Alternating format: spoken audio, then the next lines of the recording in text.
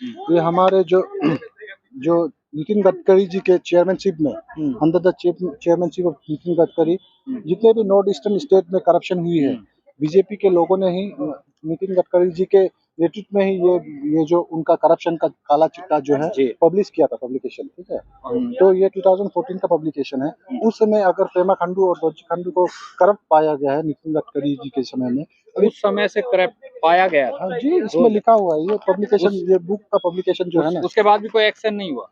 अभी देखिए, ये हुआ है कि मतलब जैसे ही पेमा खांडू जो बीजेपी में एंट्री कर गया है, उनका जो पाप है वो धुल गया जैसा लगता है। अभी उनको पेमा खांडू को करप्शन कैंपेन करेंगे, अवेयरनेस प्रोग्राम रखेंगे, हिमाचल प्रदेश में रखेंगे। अगर गुजरात जाओगे, मध्य प्रदेश जाओगे तो आपको तो मोदी विरोधी कह देंगे कांग्रेसी और आम आदमी पार्टी से मिल गए हैं, घूस खा लिया होगा, मोटा पैसा खा लिया होगा, इसलिए आरोप लगा रहे हैं। नहीं, हमारा बीइंग इंडियन सिटीजन, भारतीय होने के नाते सभी को अवेयरनेस फैलाने का जरूरी है।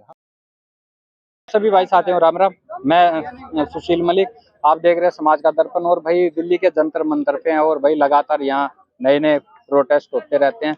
तो आज भी जो प्रोटेस्ट है भाई ये अरुणाचल प्रदेश से है। और ये जो संस्था है जो अरुणाचल प्रदेश से आई है, उन संस्था का आरोप है कि भाई जो वहाँ के मुख्यमंत्री है, काफी उन पर स्कैम के आरोप हैं, काफी भाई भ्रष्टाचार को लेके भाई इनके आरोप लगातार लग रहे हैं। पहले भी इनसे एक बार हम मिले थे। तो अब इनका आगे का क्या है और क्योंकि कब तक इनकी सुनवाई होगी और इनकी मांग क्या है, उन सभी बातों को लेकर। नमस्कार सर। जी सर। क्या नाम आपका? मेरा नाम वीरेंद्र तलंग है। मैं अरुणाचल अगेंस्ट करप्शन का कन्वीनर कम स्पोक्स पर्सन हूँ। जी, तो यहाँ आने का मकसद ये है कि हमारे स्टेट में भ्रष्टाचार इतना है। हम अपने स्टेट पर ही 28 दिन धरना बैठे, हमने मांग की, हमारे जो पॉइंट्स है 10-12 पॉइंट्स है मोटा मोटी, लेकिन हर एक अरुणाचल का हर एक कोना, हर एक डिस्ट्रिक्ट, हर एक डिपार्टमेंट में करप्शन है। लेकिन मोटा मोटी हम कुछ 12 पॉइंट्स लेके आए हैं, डिमांड किए थे। उस डिमांड को हमने अरुणाचल गवर्नमेंट के आगे 12 पॉइंट्स कौन से? SGRY संपूर्ण ग्रामीण रोजगार योजना है, और कैंपा जो एफोरेस्टेशन का फंड है, और जो DDU-GJY जो रूरल इलेक्ट्रिफिकेशन है, दीनदयाल उपाध्याय ग्रामीण ज्योति योजना के तहत जो उसका भी करप्शन हुआ है। उसके बाद जो पंचायत का मिस अप्रोप्रिएशन फंड का घपलाबाजी हुआ है, हाइड्रो पावर प्रोजेक्ट जो 142 करोड़ का प्रोजेक्ट है, उसके ऊपर भी घपला हुआ है जी। तो इन्हीं सब मुद्दे को लेके हम यहाँ निकले हैं। वहाँ गवर्नमेंट किसकी है सर? वहाँ बीजेपी की गवर्नमेंट है, लेकिन मैं खुद भी बीजेपी का वोटर हूँ, और मैं ये पार्टी को मैं ब्लेम नहीं कर रहा हूँ, लेकिन जो पार्टी में जो पद पर लोग हैं उनके ऊपर मेरा वो सवाल है, और उनके ऊपर हमारे नाराजगी है, क्योंकि जो पब्लिक का ग्रीवेंसेस है, जो पब्लिक का तकलीफ है, उसको वो लोग सुनवाई नहीं कर रहे हैं। हम आम जनता, हमारे कॉमन मैन का जो तकलीफ है उसको एड्रेस नहीं कर रहे हैं, इसलिए हम यहाँ हमको आने को मजबूर किया है। तो वहाँ के मुख्यमंत्री से शिकायत नहीं करी, ये सब स्कैम हो रहे हैं? नहीं, जो हमारे एलिगेशन है वो हमारे प्रदेश के मुख्यमंत्री के ऊपर ही है। तो उनसे हम क्या शिकायत करेंगे, उनसे हम क्या आशा रखेंगे कि वो न्याय करेंगे, क्योंकि जिनके ऊपर एलिगेशन है वो तो हमको न्याय दिला नहीं सकते। इसीलिए हमने हमारे जो हिज एक्सीलेंसी गवर्नर है हमारे स्टेट प्रदेश के, उनके समक्ष हमने हमारा मेमोरेंडम ज्ञापन जो थे हम सौंपे थे, और उनके ऊपर ही हमारे जो क्वेश्चन है हम उनसे ही क्वेश्चन किए थे, उनसे हम रिक्वेस्ट किए थे कि हमारा जो समस्या उसका निवारण हो, हमारा समस्या को एड्रेस किया जाए। लेकिन हमारे जो समस्या है समाधान तो किया नहीं है, बल्कि हमारे पीछे कंस्पिरेसी, हमारे पीछे हमें बरगलाने के लिए हमारे लोगों को बरगलाने की कोशिश की गई है। फिर भी वो लोग का नाकाम कोशिश रहा है। जैसे किस तरीके से? जैसे कि मेरा हम जब ऑफर वगैरह भी दिया होगा कि इसको खत्म कर दो प्रोटेस्ट को। जी इसी प्रकार का आपको मैं बताना चाहूंगा। एग्जाम्पल के तौर पर जब हम अरुणाचल प्रदेश से निकले थे, तो हमारे पड़ोसी स्टेट जो असम, जब असम के मिड असम में पहुंचे, जब बंगाल के बॉर्डर पहुंचने वाले थे, तभी हमारे जो प्रेसिडेंट थे उनको गवर्नमेंट वहां से कंस्पिरेसी के थ्रू उनको वहां वापस लेके गया अरुणाचल प्रदेश में। उनको पैसा देके ब्राइब देके उनको वापस लिया गया है।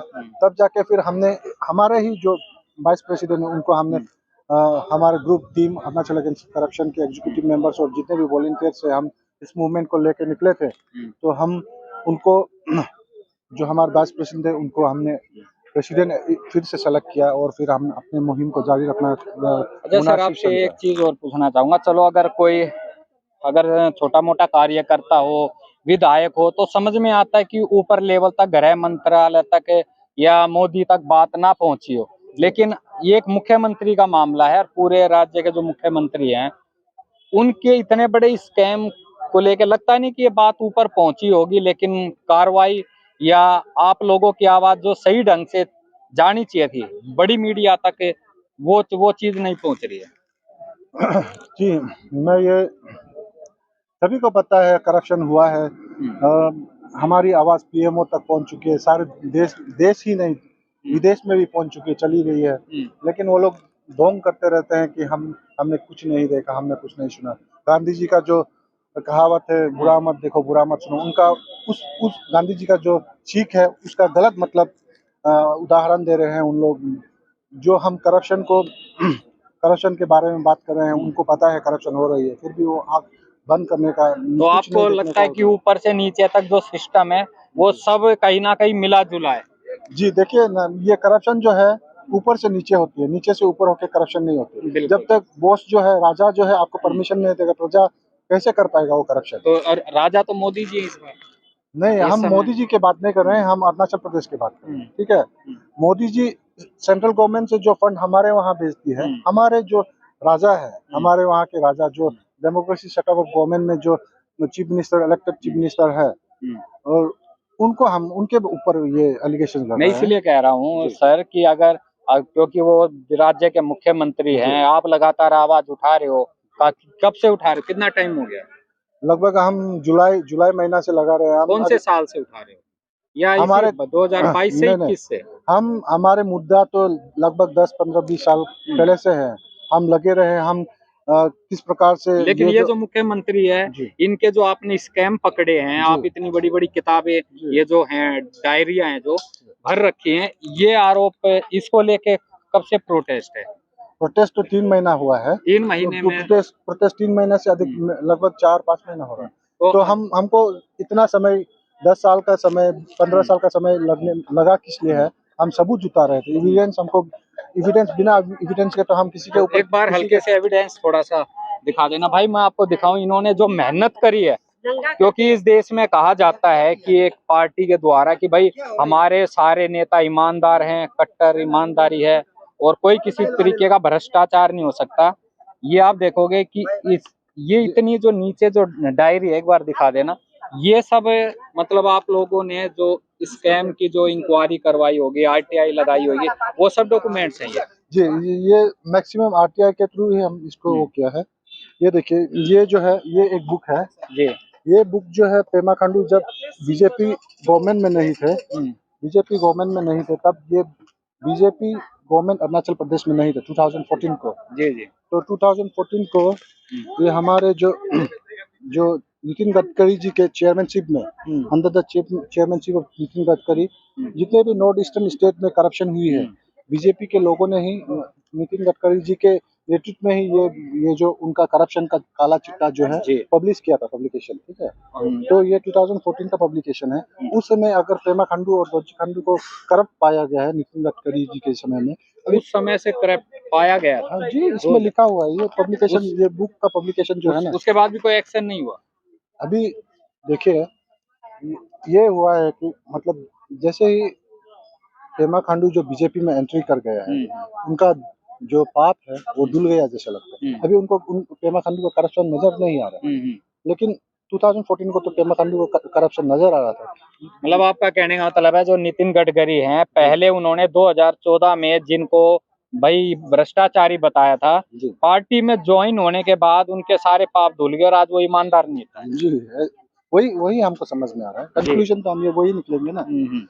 देखिए, नितिन गडकरी जी के नेतृत्व में कुछ कमेटी कंस्टिट्यूट किया गया था, उसमें सारे बीजेपी के लोग ही थे जो इस रियलिटी को, इस फैक्ट को फाइंड करने में, जो अरुणाचल में और एंटायर नॉर्थ ईस्ट में कितना करप्शन हुआ है उसके ऊपर किताब लिखा गया, उनके ऊपर रिसर्च किया गया।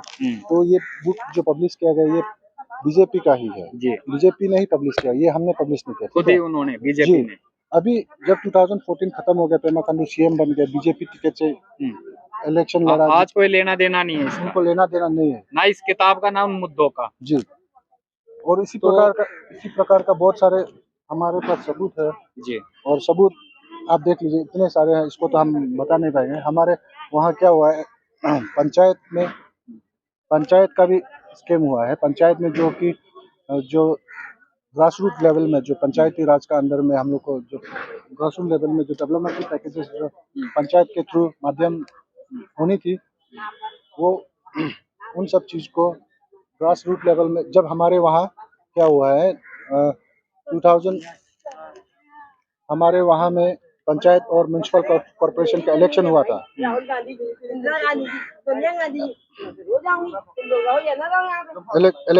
इलेक्शन हुआ था, तो क्या हुआ है उधर में मॉडल कोड ऑफ कंडक्ट लागू हो गया। तब क्या है, गवर्नमेंट का मशीनरी जो है, किसी भी इलेक्शन कोड ऑफ कंडक्ट लागू हो जाने, गवर्नमेंट का मशीनरी जो फंड होता है उसको यूटिलाइज नहीं कर सकता। बट देन गाइडलाइंस और जो election model code of conduct लागू किया गया था, उसको अवमानना करते हुए क्या है, गवर्नमेंट का जो पंचायत का फंड था 588 कुछ अमाउंट को निकाल के पेमा खांडू जो है कि बीजेपी के लिए वोट खरीदने का काम किया है। अच्छा सर, दूसरी चीज ये कि आपकी जो ये लड़ाई है काफी 3 महीने से चल रहे हो, सारे प्रूफ भी लेके बैठे हो, तो कहीं लग रहा है कि जो आपकी संस्था है उसको भी दबाने की, खरीदने की, धमकाने की कोशिश बीजेपी की तरफ से हो सकती है, क्योंकि मुख्यमंत्री बीजेपी के हैं, सरकार बीजेपी की है, इतने बड़े आप जो लेके चल रहे हो तामझाम, एक तरीके से पूरा जो उनका चिट्ठा है, काला चिट्ठा, तो कहीं लग रहा है कि आगे दबाव आएगा आपके एनजीओ पर, आपकी संस्था पर? नहीं, दबाव तो रोज आते रहता है। कुछ ऑफर भी आते होंगे? वो तो रोज का काम है। हाँ। ये मैं बीजेपी पार्टी को मैं बदनाम करना नहीं चाहूंगा, क्योंकि मैं खुद भी बीजेपी का वोटर हूँ और हम सभी जो अरुणाचल में है सभी बीजेपी के वोटर हैं, लेकिन पार्टी को मैं बदनाम नहीं करना। पार्टी में जो मैं इंडिविजुअल पेमा खांडू को ही बोलना चाहूंगा, क्योंकि वो सीएम है, उनका जवाबदेही बनता है, और जवाब देने में और सीबीआई और ईडी रिकमेंड करने में उनको क्या प्रॉब्लम है? प्रॉब्लम तो नहीं होनी चाहिए। तो अच्छा, लेकिन कहीं कहीं हमने ये देखा है ना कि जहाँ पर मतलब चुनाव चलते हैं, एक आरोप लगाता है विपक्ष भी कि जहाँ चुनाव चलते हैं वहां पर विपक्ष पार्टियों पे सीबीआई ईडी की रेड पड़ती है, लेकिन आप एक बीजेपी के मुख्यमंत्री के ऊपर इतने बड़े एलिगेशन लगा रहे हो। लगा क्या रहे, नितिन गडकरी ने तो पहले वो एलिगेशन लगाए थे उनके ऊपर, लेकिन अभी तक कोई सीबीआई ईडी क्यों नहीं आ पा रही? या आपकी गृह मंत्रालय या मोदी जी तक बात नहीं पहुंची? पता नहीं। या आपकी इन कार्रवाई को अनसुनी कर रहे हैं वो, कि ऐसी चलता रहेगा?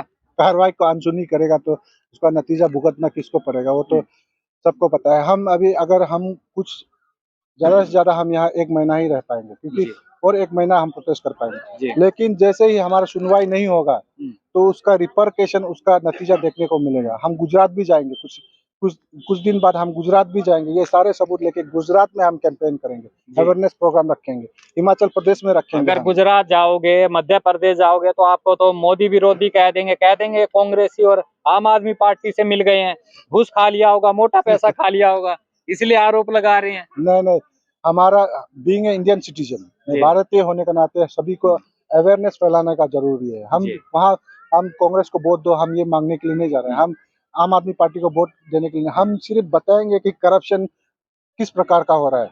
जहां हमारा पेमा खांडू जो है बीजेपी गवर्नमेंट के अंदर, हम इसीलिए मांग कर रहे हैं ना सेंटर से कि आप कम से कम, हमारी मांग क्या है, कौन सा बड़ा काम है? सीबीआई और ईडी रिकमेंड करने में क्या है? जो गलत हुआ है या जो हो रहा है उसकी जांच कराएं। जी, गलत के ऊपर, करप्शन के ऊपर जांच करवाने के लिए हम मांग कर रहे हैं। इसमें हम किसी को लूटने के लिए, किसी को धमकाने के लिए, किसी को डिमांड करने के लिए हमारा ये सोच नहीं है और हमारी ये मांग नहीं है। तो हम जस्ट सच्चाई को सबके आगे पब्लिक डोमेन में लाने के लिए हम मांग कर रहे हैं। अच्छा, जो बड़ी मीडिया है जहाँ 24 घंटे मतलब हिंदू मुस्लिम मंदिर मस्जिद और मोदी मोदी चलता है, क्या आपके इस इतने बड़े मुद्दे को, क्योंकि मैं तो बड़ा ही मानूंगा जब एक मुख्यमंत्री के खिलाफ आप इतने सबूत प्रूफ लेके, एविडेंस लेके घूम रहे हो, तो बड़ी मीडिया में कुछ आपकी आवाज उठी या उनकी तरफ से आपको कुछ सपोर्ट मिला?